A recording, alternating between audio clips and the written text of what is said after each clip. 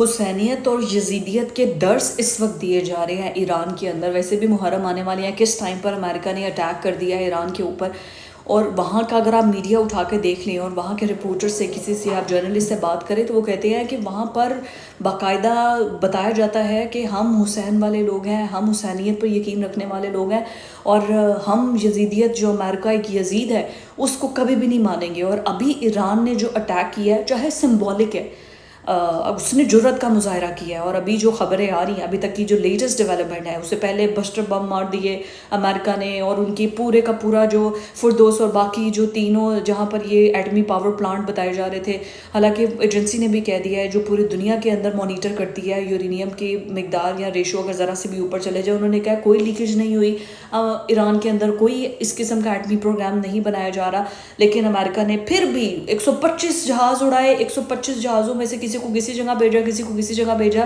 صرف 6-7 جہاز جو کہ اسٹیلتھ جہاز تھے B-2 بمبارڈ کیے. اور اسٹیلتھ مطلب کہ وہ ایسی ایک ٹیکنالوجی ہے جو کہ نہیں آ سکتی کسی بھی ایئر ڈیفنس سسٹم کے ریڈار پہ. اسی وجہ سے ایران کو پتہ ہی نہیں تھا، اور ان کی پوری جو ایٹمی پاور پلانٹ ہے وہاں پر دھماکے کی ہے. دھماکے کرنے کے بعد وہ واپس چلے گئے ہیں جہاز.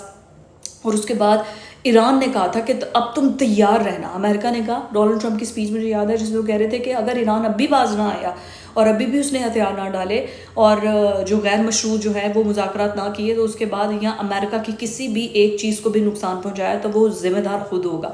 اور یہ کہتے تھے نو وار، اور میں امریکن ٹیکس پیئر منی کبھی بھی میں جنگ میں نہیں ڈالوں گا، یہ اور وہ کرنے کے باوجود اسرائیل نے کہا اٹیک کرو. اس نے اٹیک کیے. ایران نے اب جواب دیا ہے.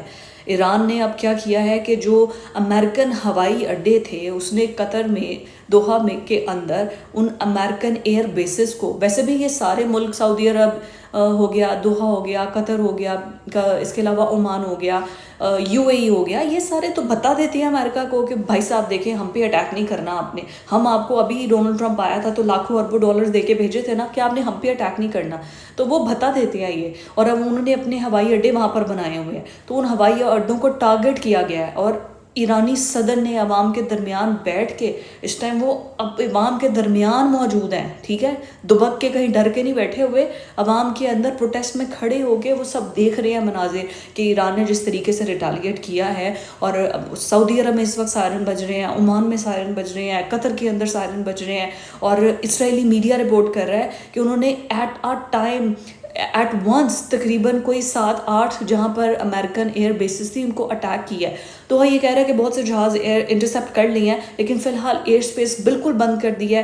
اور 3rd ورلڈ وار ابھی آلموسٹ شروع